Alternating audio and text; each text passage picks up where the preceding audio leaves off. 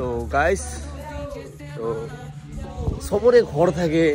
gaming room থাকে জাগাত জাগাত মানুহৰ কি থাকে ঘৰৰ ভিতৰতে পিসি সেটআপ থাকে কিমান বস্তু থাকে আৰু তো আমাৰ এতে গোৱালপাৰাত জ্যোতিনগৰ জাগাত এলেকাত এটা গেমিং ৰুম আছে এটা হয় জাগাখান হয় উকিলৰ মাঠ হয় তো উকিলৰ মাঠতে এটা উকিলৰ ঘৰ আছিল যেহেতু ভাঙি পৰি আছে